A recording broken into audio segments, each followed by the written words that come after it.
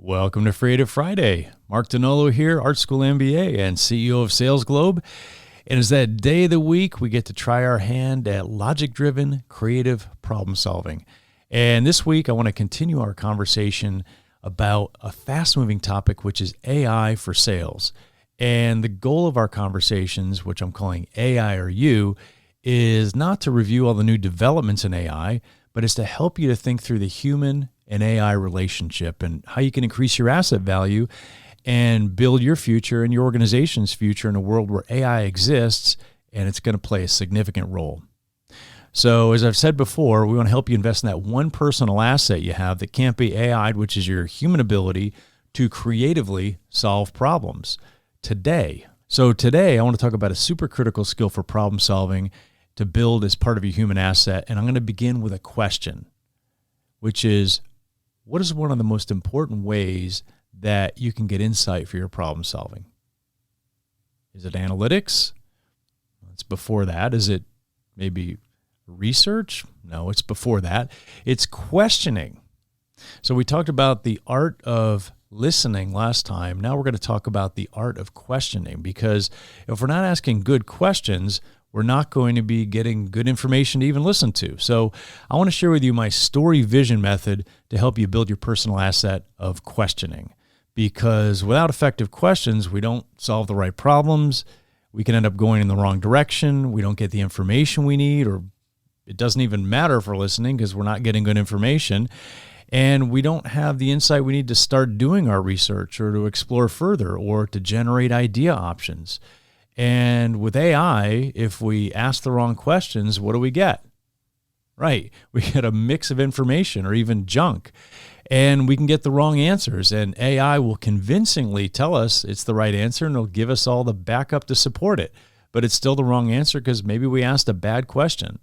So if you remember back when I talked about the human AI model, this is where effective human-driven questioning comes in, that we can then solve for either with AI or we can solve for using our own old school human creative abilities. Because like I've said before, most of the things we're solving for, if we're talking about products or services or solutions, are initially driven by a human need. So who's best to understand human needs? Probably humans. So we could ask the best questions that need to be answered. So getting to questioning, picture this in your mind.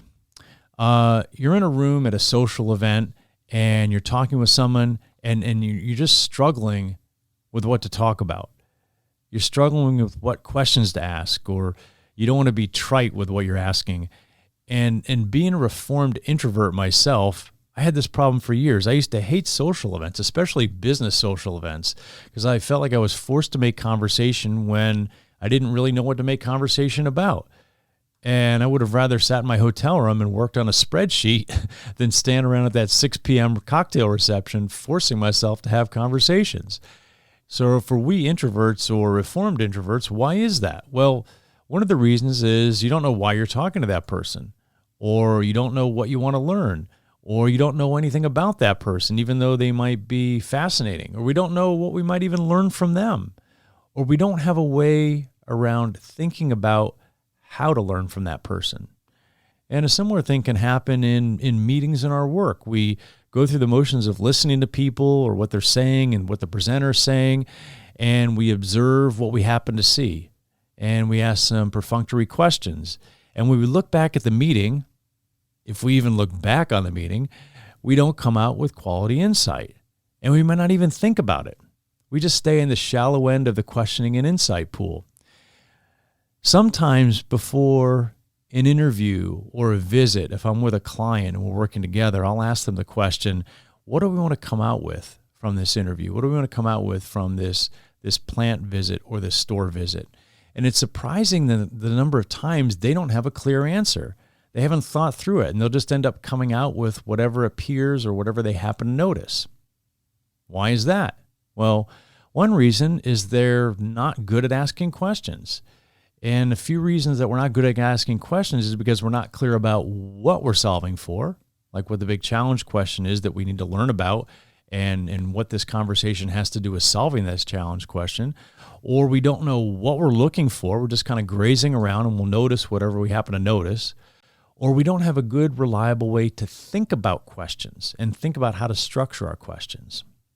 So I'm going to focus on a method that you can use to become a better asker of questions, whether you're solving the problem in an old school human way or whether you're using AI to solve that problem. And in the process, you're going to become more confident and you're going to become more relaxed, which is going to allow you to free up your thinking and free up your brain to be able to do the creative problem solving while you're asking those questions. So I'm going to share with you what I call the story vision model, and I'm going to give you 3 steps to build your superpower of questioning. Number 1, tee up your problem statement or your challenge question before you start. And this is just for you, which is before you start thinking about what you're even going to ask questions about, you have to know what you're solving for. So if you need to get up to speed on defining your challenge question, you go to my book Quotas, and we have a whole chapter on that. Or you can go back to some of the prior Freative Friday podcasts, and we go into how to redefine your challenge question. So the point is you want to know what you're solving for before you start asking questions. Number 2, explore the story of the person or the situation and how they got to where they are, how the situation got to where it is, and start with the strategic and then work to the tactical. So you want to understand the strategic or the big reason they got to where they are, and then you want to explain or understand how things worked at a detailed level that got there. So this involves a relatively simple set of questions in a straightforward framework. I want to understand why the thing started and why it evolved. I want to understand what happened and what changed along the way. I want to understand where it happened. I want to understand when it happened, and I want to understand who was involved. And you can use these in any order, but I like to start with the why. So let's just apply this to a business situation. Say you're talking to a customer about providing a technology solution. Maybe it's an enterprise hardware or software solution, and you've identified the challenge. And the challenge question sounds something like this. How do we help the customer create a seamless system across their company that the organization will accept and adopt and use rather than their one-off homegrown solutions that vary across the organization? Okay, that's a pretty big challenge question.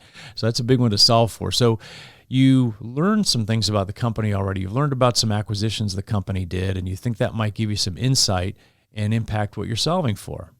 So you could ask them, well, tell me about the acquisition you did last year, or tell me about some of the acquisitions you've done over time and what's worked and what hasn't worked.